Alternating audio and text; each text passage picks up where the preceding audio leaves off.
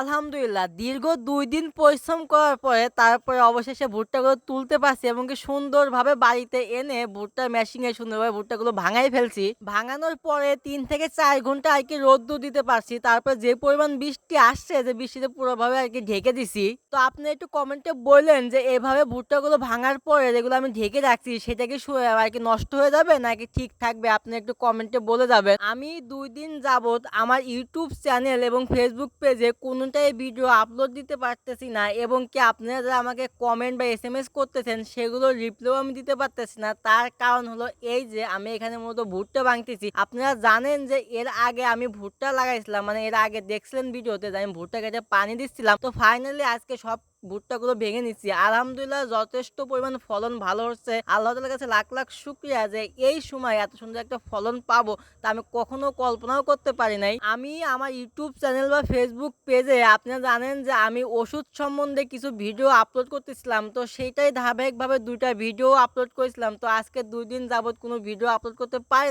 নাই। এটাই কারণ যে আমি মূলত এখানে ভুট্টা ভাঙতেছি। তো আমি আরো আমার সাথে ২ জন মোট ৩ জন মিলে আরকি আজকে ভুট্টা ভাঙতেছি। এর ১ দিন আগে আমি একাই ভাঙছিলাম। এর আগেকার ভিডিওতে আমি আপনাদেরকে দেখাইছিলাম। তো সেই ভুট্টাগুলো ভাঙার পাশাপাশি দেখতে পাচ্ছেন আমরা কিছু খাওয়া-দাওয়া করতেছি। এটা আরকি আমাদের গ্রাম অঞ্চলে গুমাগুম বলে। এই ফলটা চিনেন কিনা অবশ্যই কমেন্টে বলে যাবেন। যে পরিমাণ রোদ্দুর হইছে এতটা কাজ আমি করতে পারি না। যেহেতু উনিরা দুজন কাজ করতেছে তাই ভাবলাম যে ওদের সাথে গিয়ে আমি কিছু কদম ফুল পেড়ে আনি। কারণ এই কদম ফুল আগে আমি অনেক পারছি। তো দেখতেই পাচ্ছেন এটাই হলো সেই কদম ফুল। ছোটকালে কে আমার মতন এভাবে গাছে উঠে কদম ফুল পারছেন অবশ্যই কিন্তু কমেন্টে বলে যাবেন। আর এই কদম ফুল পেড়ে আমি একটা জিনিস বানাতাম সেটা আমি লাস্টে বলবো যে কদম ফুল মূলত আমরা কিসের জন্য পারতাম। যেহেতু এটা আমার কাছে ভালো লাগে সেক্ষেত্রে আরকি আমি নিজেই গাছে উঠছি। তো আমি নিজে গাছে উঠে আরকি মূলত কদম ফুলগুলো পারতেছি। এর আগেও অনেক পারিছি ছোটকালে। তো যাই হোক এখন আর সেই ছোট নাই। এখন যেহেতু বড় হয়ে গেছি। তো বড় হলেও তো শখ আহ্লাদ থেকেই যায়। তো দেখতেই পাচ্ছেন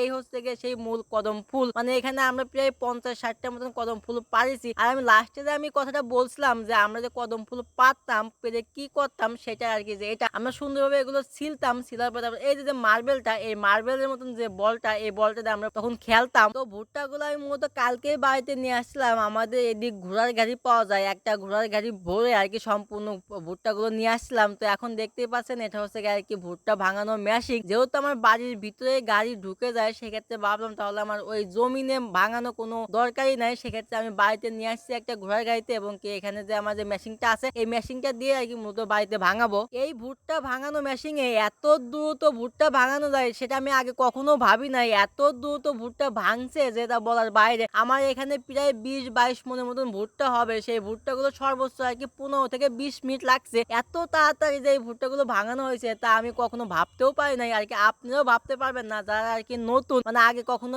এই মেশিন দিয়ে ভুট্টা ভাঙান নাই তারা একমাত্র বুঝবেন যে কতটা তাড়াতাড়ি এই ভুট্টাগুলো ভাঙানো হয়ে গেছে।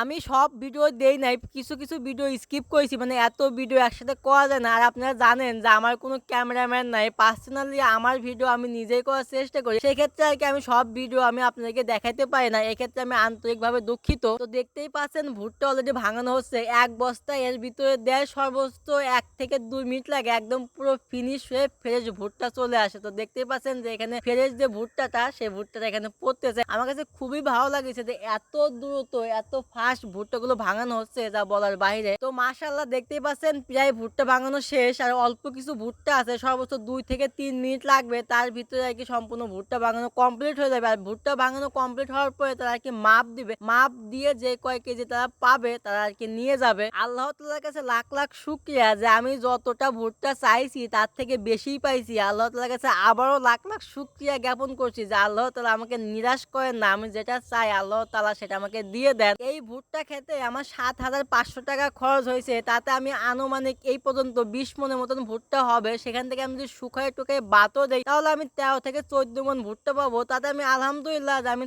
সন্তুষ্ট। আমি এখান থেকে কিছু টাকা আর্নিং করতে পারছি বা এখান থেকে আমি কিছু টাকা লাভ পাবো ইনশাআল্লাহ। আর যেহেতু আমি এই ভুট্টাগুলো বিক্রি করবো না, আমার হাঁস-মুরগির খাবো সেক্ষেত্রে আমি এই ভুট্টাগুলো রেখে দেবো। আর আজকের মতন ভিডিওটা এখানেই শেষ করব। সবাই ভালো থাকবেন, সুস্থ থাকবেন। দেখা হবে কালকে নতুন একটা ভিডিওতে। আল্লাহ হাফেজ।